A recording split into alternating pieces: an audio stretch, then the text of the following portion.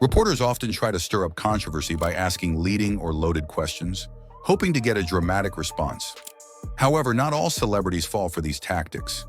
These moments highlight their quick thinking and refusal to be manipulated, proving that they won't let anyone control the narrative. I have noticed that most of the guests are mostly white males. Oh, this really pisses me off, but go ahead. Really pisses me off. Rather than getting defensive or flustered, he calmly shut down the question. Take a look over here, Peter. What do you see? A lot of whiteys. What's going on here?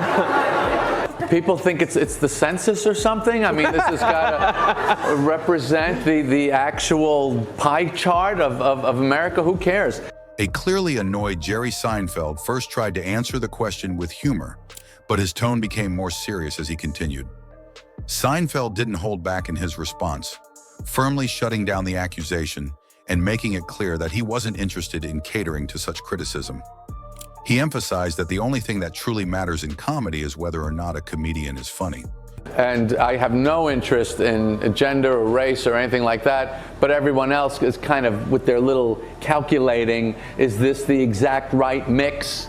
You know, I think that's, to me, it's anti-comedy. However, Samuel L. Jackson took things to an entirely different level, responding with a confrontational edge when questioned about the language used in Django Unchained. There's been a lot of controversy surrounding the usage of the N-word in this movie, and no, nobody, none. The word would be. Oh, I don't want to say it. Why not? I don't like to say it. Have you ever said it? No, sir. Try it. I don't like to say it. Try it. Really? Seriously? We're not going to have this conversation unless you say it. The unsuspecting reporter was clearly unprepared for Samuel L. Jackson to turn the tables on them, and it showed in their reaction. You want to move on to another question? Okay, awesome. I don't want to say it. Come on. Will you say it? No. That's not the same thing. Why do you want me to They're say it? going to bleep it when you say it on your show. So say it. I can't say it. If I say it, this question it won't make air. Okay, forget it. While Jackson was direct and forceful, Denzel Washington is recognized for his calm and composed responses. When questioned about race relations, Denzel's answer was both profound and memorable. Have race relations improved? You know, race relationships have to do with race relationships. You're white or whatever you are, I'm black or whatever I am. We're standing here talking now. That's how we get things done. You can't legislate love. The President of the United States can't legislate us into liking each other. We have to step forward and ask questions about each other and engage. There's no law that says, oh, because I'm president, you all got to get along now. So it's up to us. However, this wasn't the first time Denzel Washington had addressed reporters head-on when it came to issues of race. So why did he need a black director? Could a white director not have? It's not color, it's culture. Explain the difference, because I think we're Steven in a space Spielberg right did Schindler's List. Mm-hmm. Martin Scorsese did Goodfellas, right? Steven Spielberg could direct Goodfellas. Martin Scorsese probably could have done a good job with Schindler's List, but there are cultural differences. But there are cultural differences. Similar to Denzel, Morgan Freeman skillfully handled a racially sensitive question with great intelligence. Just listen to his thoughtful response when CNN's Don Lemon asked him about race and wealth. Do you think that race plays a part in wealth distribution, or either a mindset that you can't Today? or cannot? Yeah. No. You don't? No, I don't. I don't. Hey, you and I, we're proof. Why would race have anything to do with it? Put your mind to what you want to do and go for that. However, Freeman's most iconic moment came during a 60 Minutes interview where he completely dismantled the idea of separating Black history from American history. Black History Month, you find Ridiculous. why? You're going to relegate my history to a month? Oh, come on. What do you do with yours? Which month is White History Month? Well, come on, tell me. Well, I'm Jewish. Okay, which month is Jewish History Month? There isn't one. Oh, why not? Yeah. Do you want one? No. I don't either. Freeman left the interviewer stunned with his direct answer, effortlessly dismantling the reporter's underlying motive. I don't want a Black History Month. Black history is American history. How are we going to get rid of racism until... Stop talking about it. I'm going to stop calling you a white man.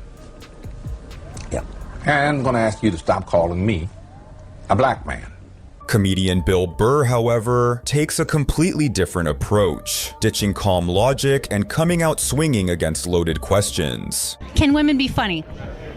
Yeah, of course. Some people have a hard time saying yes, though. There are a lot of angry young men on the internet that are like, women can't be funny. Will you guys just grow up and just sit down and write your own and come up with it? Start your own show, have your own award show.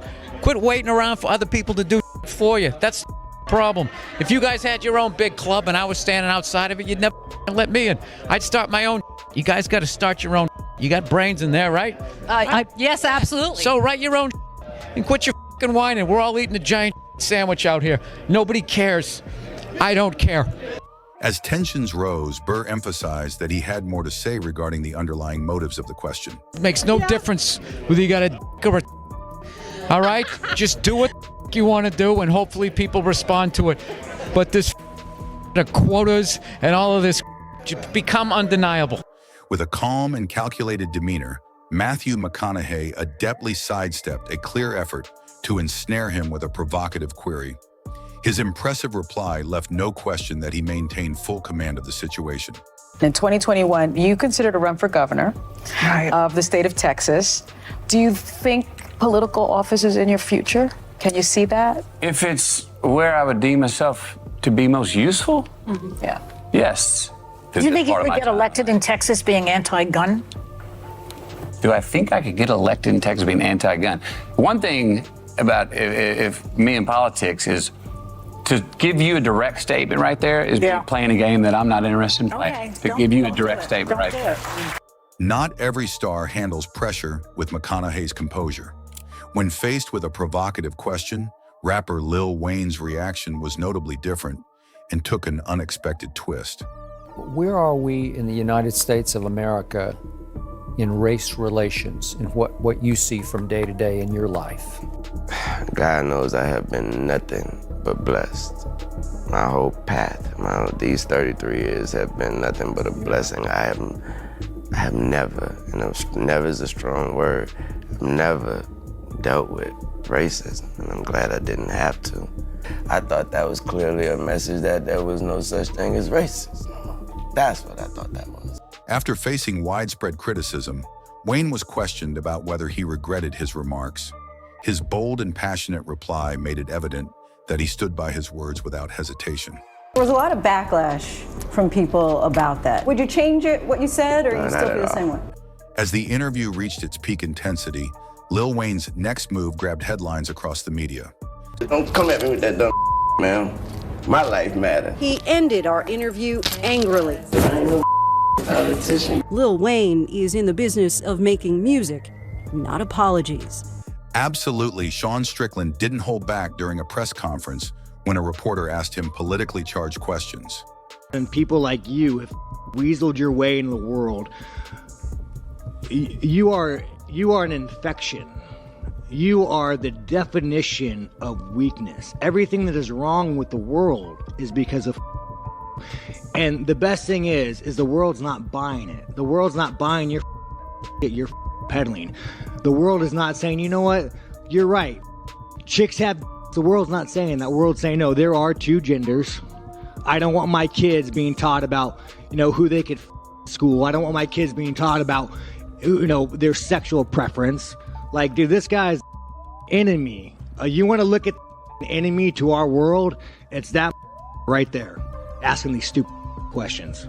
The incident quickly went viral, leading to a follow-up question directed at UFC CEO Dana White. His blunt response left no doubt that he had no patience for agenda-driven narratives either. You obviously give a long leash to your fighters about, what they can say when they are up there with a UFC microphone. I don't give anybody a leash. Well, I'm saying you... A leash? I'm like... Free speech. Gonna control what people say. Gonna tell people what to believe. Gonna tell people... I don't tell any other human being what to say, what to think, and there's no leashes on any of them.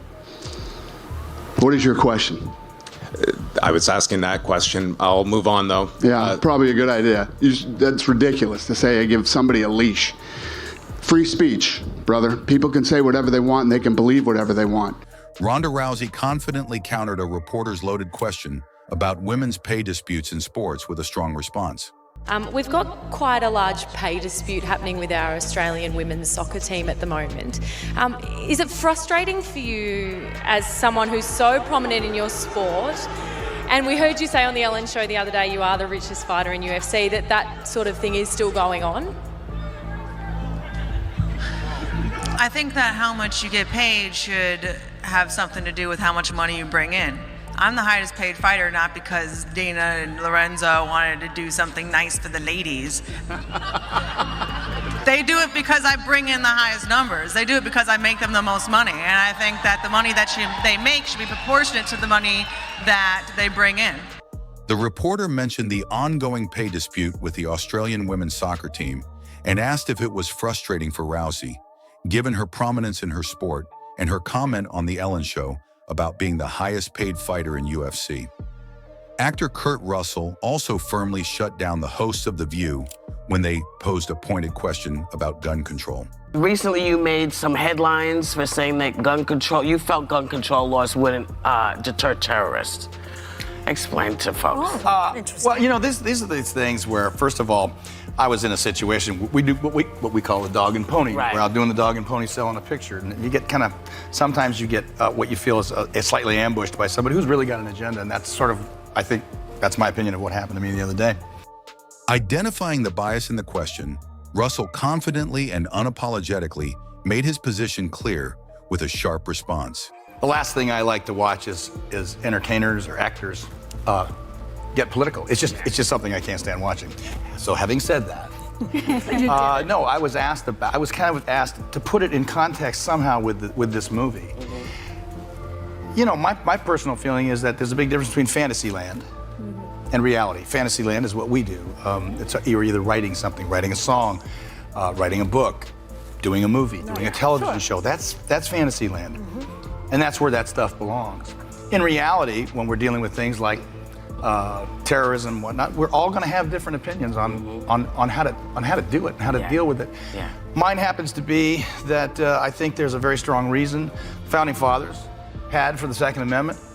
Tim Allen, on the other hand, adopted a more lighthearted yet equally impactful stance when questioned about political correctness in comedy. What I got to do sometimes is explain, which I hate in big arenas, that this is a thought police thing and I do not like it. But when I use these words, this is my intent behind those words. Yeah. Wow. So as long as you understand my intent, I still get people, well, just don't say it. I do use some provocative words, but I tell them it's words I really got from my parents. Yeah. You know, they said this stuff and we talked about it. I can't even say it here. I can't even point to it. Yeah. It is an alarming thing for comedians. Yeah. Wow. You know, even if you go watch the movie Blazing Saddles. Oh my God, forget You it. can't even watch that without looking around in your own room. You're gonna get arrested. He made it clear that he rejects the idea of the media policing his jokes. Kanye West elevated the conversation, addressing a loaded question with unfiltered honesty. Are you afraid of losing your audience? Yay. I told you I'm only afraid of God. I'm only afraid of my daddy, God. I done been 15 years. I'm telling you, God is showing that you can have your own thoughts, bro. I've been canceled before there was cancel culture. Who told you that my career would be over? The same people that are telling you that you can't have a right to say who you will vote for might think they so woke, but they following the rules of what woke's supposed to be. If you enjoyed this compilation, don't forget to like, share, and subscribe for more moments of celebrities standing their ground and speaking their truth. Share your thoughts in the comments below.